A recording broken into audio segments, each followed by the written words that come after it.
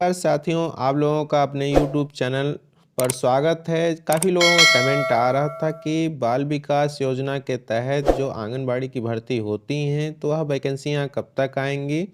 और उसमें बहुत सारे लोगों का कमेंट आ रहा था कि कब तक वैकेंसी निकलेगी, वैकेंसी आएँगी इस साल की नहीं आएँगी। काहे कि सरकार के द्वारा कुछ दिन पहले क्या है कि 53,000 वैकेंसियों की बात की गई थी कि 53,000 पद पूरे उत्तर प्रदेश में खाली हैं, उनका चयन स्टार्ट हो जाएगा। उसमें से आंगनबाड़ी कार्यकर्ता थी और वहाँ पर क्या है जो सहायिकाएँ होती हैं उनके पद थे, तो उसी में क्या है कि अभी कुछ दिक्कतें आ रही हैं, तभी वैकेंसियाँ नहीं आ पाई हैं। और दिक्कतें क्या आ रही हैं, उसमें कुछ योग्यता बढ़ाई गई है।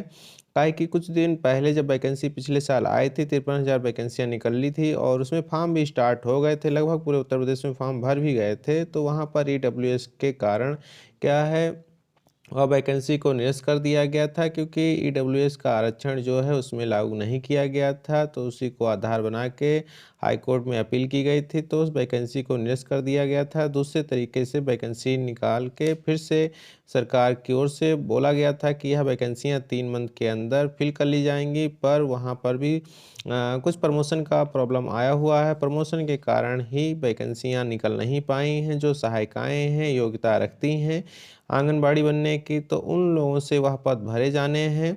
तो वह पद जब उनका प्रमोशन हो जाएगा, जो सहायिकाओं के पद खाली होंगे, तो वहाँ पर भी नए सिरे से वैकेंसी आएँगी। तो सारा चीज़ जब पदों का विवरण एक साथ कलेक्ट हो जाएगा, तो हर प्रदेश से वैकेंसियाँ निकलना स्टार्ट हो जाएँगी। इन्हीं कारण की वजह से यह आंगनबाड़ी की वैकेंसियाँ ओपन नहीं हो पा रही हैं।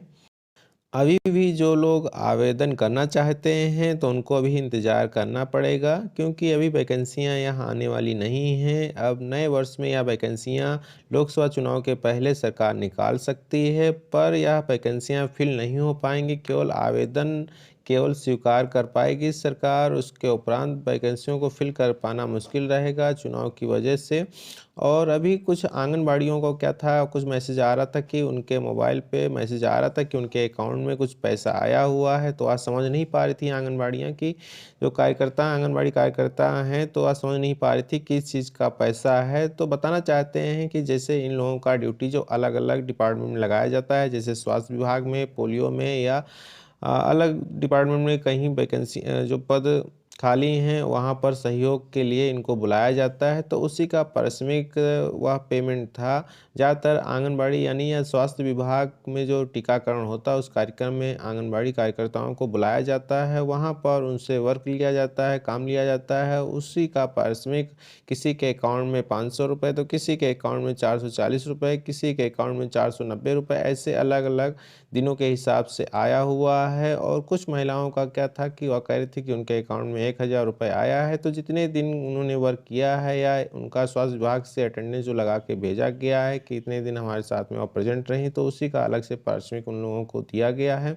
और तीसरा क्या था कि अब आंगनबाड़ी महिलाएं जो रिटायर होंगी, तो उनको अब ग्रेच्युटी भी मिला करेगी। इसके पहले ग्रेच्युटी का प्रावधान आंगनबाड़ियों को नहीं था, तो सुप्रीम कोर्ट में उन्होंने क्या है, हाई कोर्ट और सुप्रीम कोर्ट के माध्यम से उनको क्या है, यह लाभ भी मिलने वाला है। काफ़ी दिन से वह लड़ाई कर रहे थे कि जैसे राज कर्मचारी रिटायर होता है, तो उसे ग्रेच्युटी का बेनिफिट मिलता है, या लिमिटेड कंपनी में वर्क करता है तो उसको भी ग्रेच्युटी का प्रावधान है, तो हमको क्यों नहीं मिल पा रहा है। तो उसी का क्या है कि उनको बेनिफिट मिलने वाला है। अब उनको भी ग्रेच्युटी का पैसा रिटायरमेंट के बाद मिलेगा। तो अब जो महिलाएं रिटायर होंगी, तो उनको ग्रेच्युटी रिटायरमेंट के साथ में मिलेगी। तो यह सब अपडेट था। और जो अभी आवेदन करना चाहती हैं सहायिका और आंगनबाड़ी के पद पे, तो वह आवेदन करने के पहले सारे डॉक्यूमेंट अपने कंप्लीट कर लें। जैसे जो सामान्य वर्ग की महिलाएं हैं, तो वह अपना ईडब्ल्यूएस बनवा लें। यदि ओबीसी की महिलाएं हैं, तो अपना जात प्रमाण पत्र और आय प्रमाण पत्र सभी महिलाओं को बनवाना रहेगा। तो अपने वार्ड से जहाँ की निवासी हैं, वहीं से वह आवेदन कर सकते हैं। अन्य जगह से आवेदन वह महिला नहीं कर पाएंगी। तो क्या है, यह सारे डॉक्यूमेंट्स आप कंप्लीट कर लें।